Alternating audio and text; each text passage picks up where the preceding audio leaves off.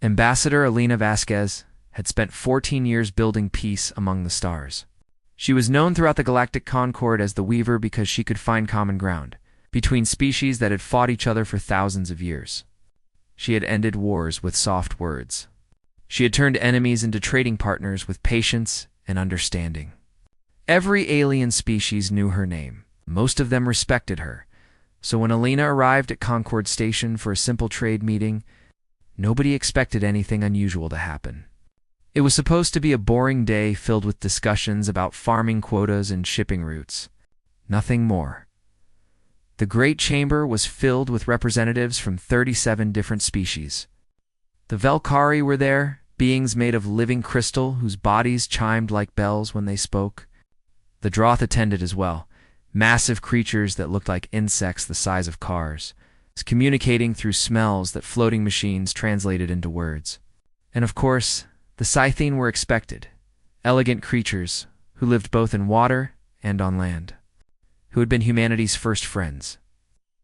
When they reached the stars, Elena took her seat and smiled at old friends and former enemies alike.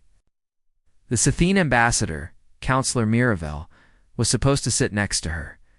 They had known each other for 12 years.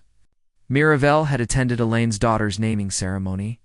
She had held the baby in her webbed hands and blessed her in the ancient Scythene way. They were more than allies. They were family. But Miravel's seat remained empty. At first, Elena thought nothing of it. Perhaps there was a delay. Perhaps Miravel was finishing some important call. But as minutes turned into an hour, Elena began to worry. The Scythene were never late. Their culture considered tardiness a serious insult. Something was wrong. Elena sent a message to the Scythene delegation's quarters. No response came back. She sent another message. Still nothing. The worry in her chest grew into something colder. 2 hours passed. The other ambassadors began to whisper among themselves. Elena watched their faces carefully, looking for any sign that someone knew what was happening. What she saw confused her. The Valkyrie representative's crystal body had gone dim, like lights being turned off one by one. The Droth were releasing strange smells that made their translator drones struggle to keep up. Fear. They were all afraid. Finally, Elena stood up and demanded that security check the Scythene quarters. The station commander agreed, though his hands were shaking as he gave the order. When the security team broke through the locked door, they found the quarters empty. Personal items were scattered across the floor. Furniture was knocked over. There were burn marks on the walls from energy weapons. Clear signs of a fight, but no bodies, no blood.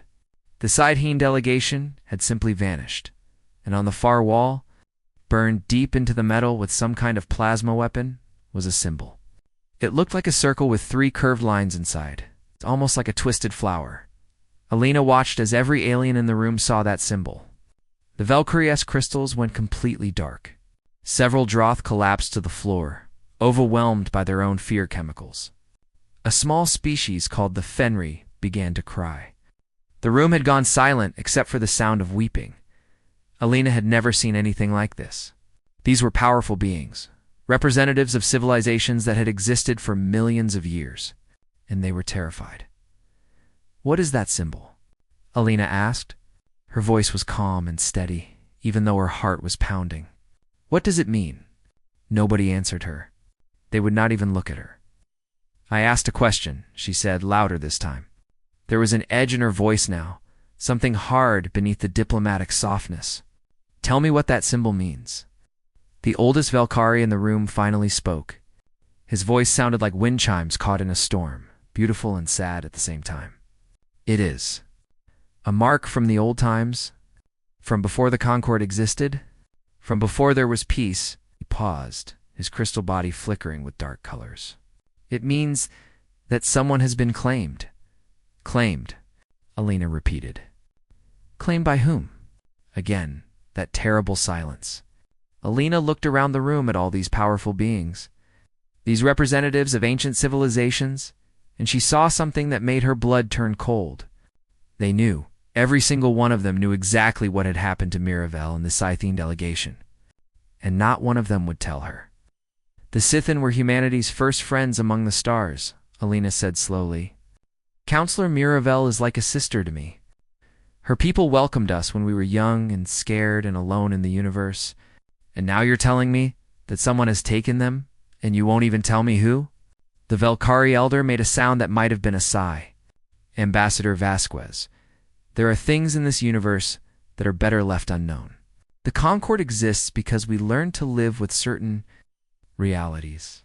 Your species is young. You have not yet learned what we learned long ago. And what is that? That some battles cannot be won. That some enemies cannot be fought. That sometimes the only way to survive is to accept what cannot be changed. Alina stared at him for a long moment. In 14 years of diplomacy, she had faced threats and insults, and even assassination attempts. She had never backed down from anything. But this was different. This was not a challenge or a test. This was fear so deep that entire civilizations had built their lives around it. You're afraid, she said quietly. It was not an accusation. It was simply the truth, as the elder admitted. We are afraid. And if you are wise, Ambassador, you will be afraid too. Go back to your quarters. Send a message to your homeworld. Tell them to keep their heads down and pray that they remain unnoticed. That is the best advice I can give you. Lena said nothing. She simply turned and walked out of the chamber, her mind racing with questions that nobody would answer. Behind her, she heard the alien representatives begin to argue among themselves, their voices filled with panic and old fear. She walked back to her quarters and sat down at her desk. For a long time she stared at the wall, thinking about Miravel. Thinking about her webbed hands holding Elena's daughter. Thinking about all the times Miravel had helped humanity when they needed it most. Then Elena began to compose a message. Not to the diplomatic corps. Not to the Trade Commission. She sent her message to a different address entirely. One that she had been given years ago, and told to use only in the most extreme emergency. The message was simple. Something has taken the Scythian. The Concord is too afraid to act. I need to know what humanity can do about it. She sent the message and waited. She did not have to wait long. The response to Elena's message came within 6 hours. It was not from any office she recognized. There was no signature, no official stamp, no record that it had ever been sent. But the words were clear. Tell us everything. Leave nothing out. Help is coming. Elena spent the next 2 days doing what she did best. She asked questions. She watched faces. She listened to the things people said and the things they carefully did not say. She pieced together tiny fragments of truth from mountains of careful lies. What she learned made her feel sick. The Corveth ascendancy was real. They existed in the dark spaces between known star systems, in regions of space that normal ships could not reach. They were old. So old that they had been ancient when the first species in the Concord were still learning to build fires. They had watched civilizations rise and fall like waves on a beach. In every few centuries, they came to harvest. That was the word everyone used. Harvest.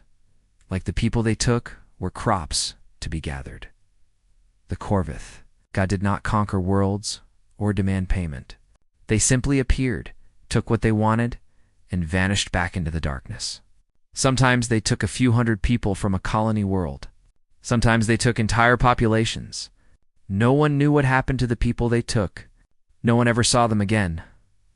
Alina met with the Velkari elder in private. In a small room with no windows and no recording devices, the old crystal being looked tired, if such a thing was possible for his species. You let this happen, Alina said. She was struggling to keep her voice steady. For thousands of years, you have let this happen. They survive it, the elder replied. That is all anyone can do. The Corvaths are beyond challenge. Their technology makes ours look like toys made by children. Worlds that tried to resist were destroyed. Not conquered, Ambassador. Not occupied. Destroyed completely. Erased from existence as if they had never been there at all. How many? Elena asked. In the last 1,000 years alone? Perhaps 12 worlds. Billions of lives. Simply gone. Elena closed her eyes. She thought about Earth. She thought about the cities and the forests and the oceans. She thought about her daughter learning to walk, taking her first steps in the garden behind their home. She thought about all of it being erased like marks on a board, the Scythene. She asked, "They are being taken right now. They are being harvested. And no one in this great Concord of yours will lift a finger to help them?" The elder's crystals made a sound like breaking glass. It was Alina realized his way of sighing. "What would you have us do? Die gloriously? Throw away everything we have built just to feel good about ourselves for a few moments before we are destroyed? I would have you fight for what is right. Right and wrong are luxuries for species that have the power to enforce them. We do not have that power. Neither do you." Elder leaned forward, his crystal body catching the dim light. "The Corveth have not taken humans yet. Your species is too new, too small. Perhaps they have not noticed you. Consider that a blessing, Ambassador. Go home, forget what you have learned. Live your life and pray that the Corveth continue to overlook your little world." Lena stood up slowly. Every muscle in her body was tense. "Counselor Miravel attended my daughter's naming ceremony. She held my child in her arms and gave her a Scythene blessing. Do you know what that means to humans, Elder? Do you understand what family means to my species? I understand that grief can cloud judgment. I understand that emotions can make us foolish." No, Alina interrupted. Her voice was quiet, but there was something in it that made the ancient Velkari go still. "I do not think you understand humans at all. We are not like you. We do not accept things just because they have always been that way. We do not surrender to fear. And we do not ever abandon our family." She walked out of the room without looking back. In her quarters, Alina found a new message waiting for her. This one came with a video attachment. When she played it, she saw a face she did not recognize. A man with gray hair and cold eyes, wearing a uniform she had only seen in history books. "Ambassador Vasquez," the man said. "My name is Admiral Chenwei. I lead an organization that officially does not exist. For the past 50 years, while humanity smiled and played the role of the eager young species, we have been preparing. We knew that someday, something out there would threaten us. We did not know what it would be, but we knew it would come." Alina watched as the Admiral's expression softened just slightly. "You have given us a target. You have given us a reason. The Scythene were good to us when we were weak. They taught us. They protected us. They treated us like equals when every other species treated us like children." The Admiral paused. "We do not forget our debts, Ambassador, and we do not forgive those who hurt our friends." The video continued, showing Alina things that made her breath catch in her throat. Ships that humanity had built in secret, hidden in asteroid fields, and buried under the ice of frozen moons. Weapons that combined technology, stolen from a dozen species with human innovations that should have been impossible. Soldiers trained for decades in methods of war that the peaceful Concord had forgotten existed. "We are coming to Concord Station," the Admiral said at the end of the video. "We will arrive in 48 hours. When we get there, you will have a choice to make. You can continue being the weaver, the diplomat who finds peaceful solutions. Or you can become something else. Something that humanity has not shown the galaxy yet." The screen went dark. Alina sat alone in the silence, thinking about everything she had built in 14 years. All the treaties, all the friendships, all the careful work of turning enemies into allies. Then she thought about Miravel. She thought about webbed hands and ancient blessings and the promise she had made years ago. When the Scythene first welcomed humanity to the stars, Alina made her choice 50 years ago. Humanity had arrived on the galactic stage with wide eyes and humble words. They were the new species, the young ones, the children who had just learned to travel between stars. The great civilizations of the Concord looked at humans and saw nothing special. Just another species that would take a few thousand years to become interesting. The aliens shared their technology freely. Why not? Humans were harmless. They were friendly. They asked endless questions and seemed grateful for every little thing they learned. The Concord saw humanity as students, not particularly bright students at that. What the Concord did not see was the truth. Humans were not just learning, they were studying. Every piece of technology that the aliens shared, human scientists took apart and put back together. They asked themselves questions that the aliens had never bothered to ask. Why did this work the way it did? Could it work differently? Could it work better? In secret bases hidden throughout human space, projects that officially did not exist began to take shape. Engineers worked on ships that could take more punishment than anything the Concorde had ever built. Scientists developed weapons that combined ideas from a dozen different species in ways that nobody had ever tried. Soldiers trained in methods of war that the peaceful galaxy had forgotten. The humans smiled and played their role. They attended diplomatic meetings and signed trade agreements. They let the other species pat them on the head and call them young. And all the while, they prepared. Admiral Chenwei had led this secret work for 20 years. He was not a man who hoped for war. He was simply a man who believed in being ready. His grandfather had told him an old saying from Earth: "Hope for the best, prepare for the worst." Chen had spent his entire career following that advice. Now, as he looked at the information Alina had sent, he knew that the worst had arrived. The Admiral stood in a command center buried deep beneath the ice of Europa, one of the moons of Jupiter. The room was filled with screens showing ships, weapons, and soldiers that the Concorde did not know existed. His senior officers stood around him, waiting for orders. "The Corvith Ascendancy," Chen said, reading from a datapad. 10,000 years old. Technology that makes the Concorde look primitive. They harvest entire populations, and nobody has ever stopped them. He looked up at his officers. "Until now, sir," one of the officers said carefully, "the reports say that the Corveth have destroyed worlds. Entire civilizations. Are we certain that we can actually fight them?" Chen smiled, but there was no warmth in it. "The Concorde has been living in fear for thousands of years. They have accepted the Corvith as something that cannot be challenged. But do you know what they never did? They never actually tried. Not with everything they had. Not with real determination." Set down the datapad. "We are going to try." Another officer stepped forward. She wore no insignia, and her name was not in any official record. She was the leader of the truly secret projects, the ones that even most of humanity did not know about. "Project Orpheus is ready," she said. "We cracked the mathematics behind Corveth dimension folding 3 years ago.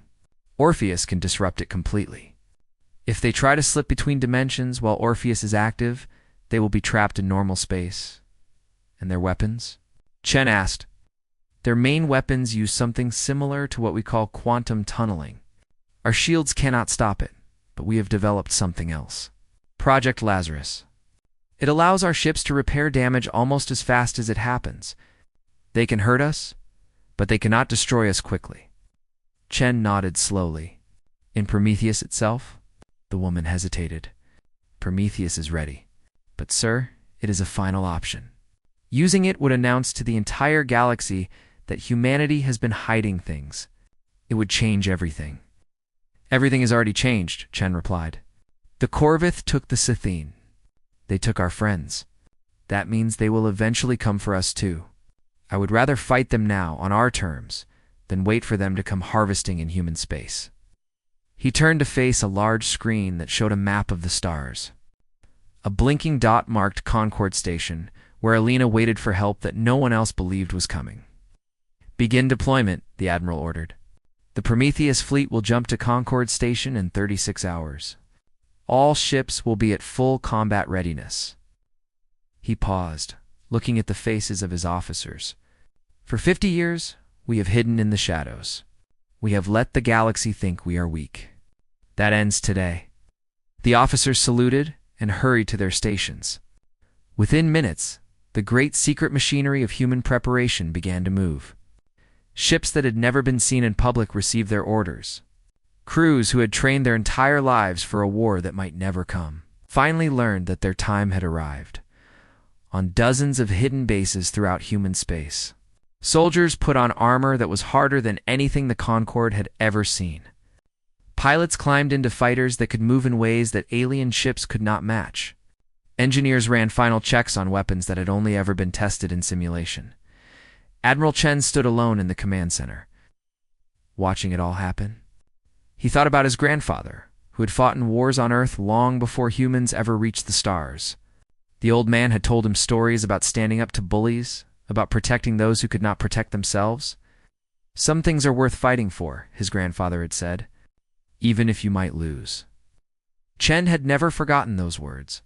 Across the vast distance of space, a message was sent to Elena's private channel. It contained only 3 words. "We are coming."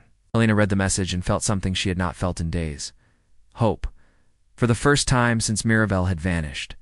She allowed herself to believe that things might actually be okay. She began to prepare for what would come next.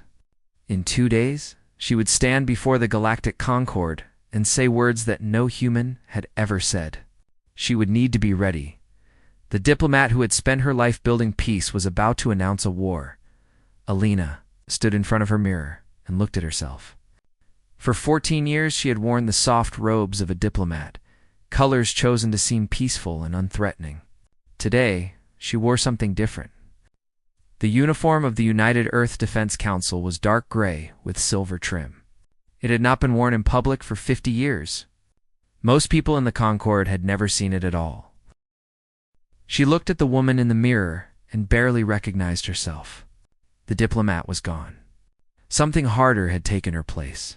"Are you ready?" asked a voice behind her. Elena turned to find a young human officer standing in her doorway.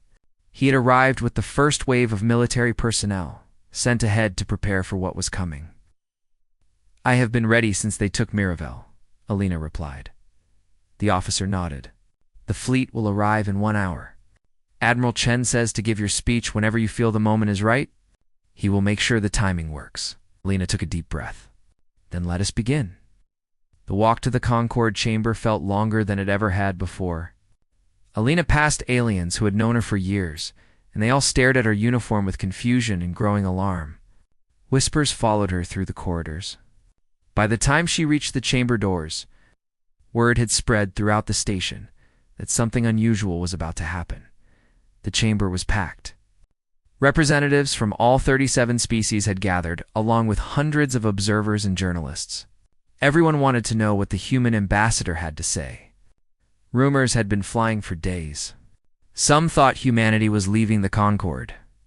Others thought they were going to beg for protection from the Corvith. None of them expected the truth. Elena walked to the speaking platform at the center of the chamber. The noise of conversation slowly died as every eye turned toward her. She stood in silence for a moment, looking at the faces around her. The Valkyrie, the Droth, the Fenri. Species that had existed for millions of years. Species that had built great civilizations among the stars. Species that lived in fear. Distinguished representatives, Elena began. Her voice was clear and strong, carried by speakers to every corner of the vast room. 3 days ago, the Scythian delegation was taken from this station. They were taken by force, in the middle of what was supposed to be neutral territory. They were taken by the Corveth Ascendancy. A ripple of sound moved through the crowd. Some gasped. Others made noises of distress. Many simply went very, very still. I have spent the time since then learning a truth that you all know, but chose to hide from humanity, Elena continued. I learned that this great Concorde, this alliance of 37 species, lives in terror of beings who treat you as prey. I learned that for thousands of years, you have allowed the Corveth to harvest your people, and you have done nothing to stop them. The sounds grew louder. Several representatives rose from their seats to object. The Valkyrie elder shouted something about ancient wisdom and necessary sacrifice. The Droth released waves of anger and fear that made their translator drones nearly shut down. Elena raised her hand, and somehow, the gesture silenced them.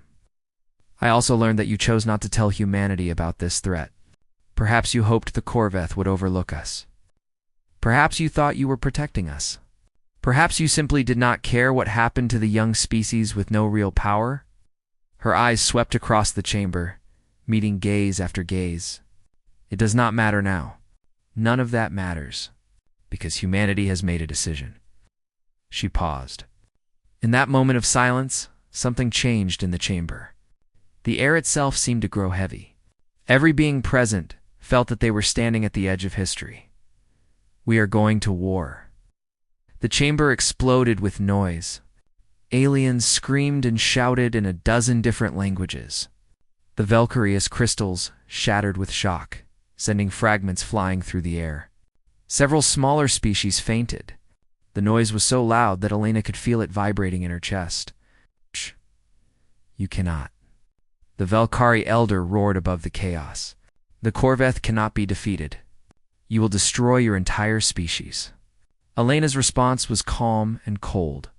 I have been a diplomat for 14 years. I have talked with tyrants and terrorists. I have negotiated with species who thought humans were barely more than clever animals. And do you know what I learned from all of that? I learned that sometimes diplomacy fails. Sometimes there is no compromise to be found. And when that happens, humans do not keep talking. We fight. As she spoke, the lights in the chamber flickered. Through the massive viewports that lined the walls, something was happening in the space around the station. Ships were appearing, but not in the graceful way that Concorde vessels emerged from hyperspace. These ships tore through reality itself with brutal, savage efficiency. They were dark gray with silver trim matching Elena's uniform. Human ships. More than anyone had ever seen before, dozens appeared. Then hundreds, the Prometheus fleet had arrived. The Corvath have taken our friends, Elena said, her voice cutting through the stunned silence that had fallen. We intend to get them back. You can stand with us, or you can stand aside. But you will not stop us. Nothing will stop us. She turned and looked at the viewports, at the human fleet filling the space around the station. Ships that should not have existed. Weapons that should not have been possible. An army that the galaxy had never suspected. For 50 years, you thought you knew humans, Elena said. You were wrong. Behind her, the Valkyrie elder stared at the fleet with something that might have been hope, struggling against 10,000 years of despair. How? He whispered. How did you build all of this without anyone knowing? Elena did not answer. She simply walked out of the chamber, leaving the Galactic Concorde, to stare at the impossible sight of humanity going to war, in the command center of the flagship Prometheus. Admiral Chen watched Elena's speech on a screen. When it ended, he smiled. Send the message, he ordered. Let the Corveth know that something new has entered the game. The message was broadcast across every frequency known to exist, and some that were supposed to be impossible. It traveled through normal space and through hyperspace, through dimensions that only the Corveth were supposed to understand. It was translated into every language and transmitted from every ship in the fleet. The message was simple. You've taken something that belongs to us. Return them, or we will come and take them back. Somewhere in the darkness between stars, the Corveth Ascendancy received a message they had never expected to hear. For the first time in 10,000 years, someone was challenging them. They found it amusing. That was their first mistake. The Corvath had watched the universe for 10,000 years. They had seen empires rise and fall. They had watched young species discover fire, then tools, then space travel, then become dust again.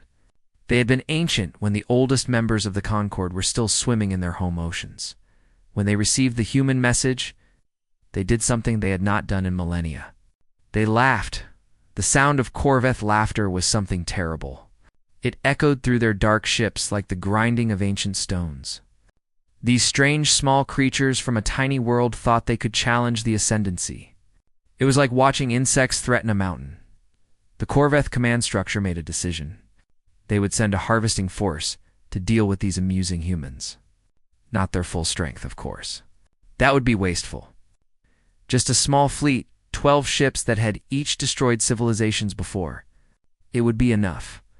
The harvesting force slipped between dimensions, moving through space in ways that the Concorde had never been able to copy.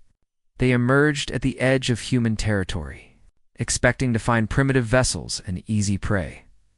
Instead, they found the Prometheus fleet waiting for them. 40-7 human capital ships formed a wall of dark gray metal. 200 smaller vessels swarmed around them like protective clouds. Every weapon was charged. Every crew was ready. They'd been waiting for this moment for 50 years. Admiral Chen stood on the bridge of the flagship. watching the Corvette ships appear on his screens.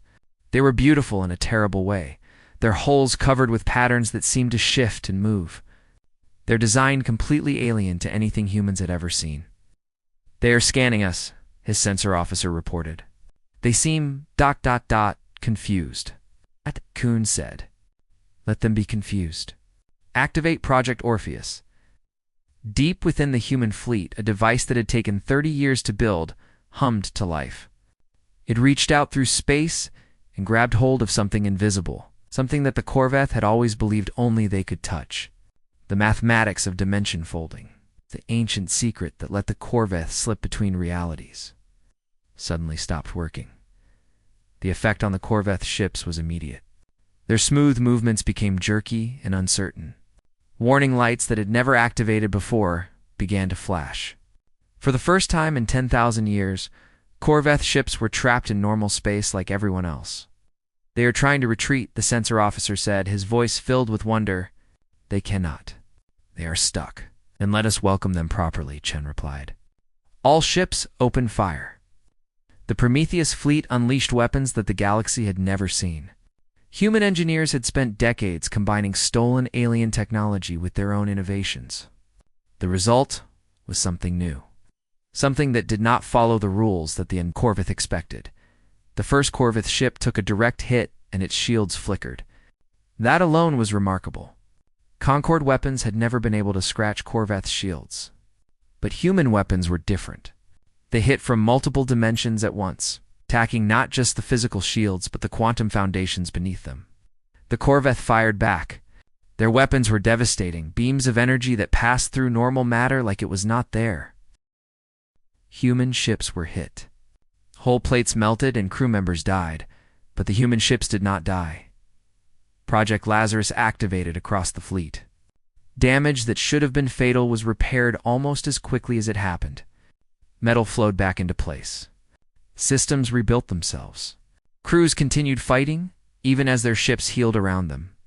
The battle lasted 17 minutes at the end. 12 Corvette ships that had each destroyed civilizations were nothing but debris floating in space. The human fleet was damaged but alive. Every single ship was still fighting capable, in the command center of Concorde Station.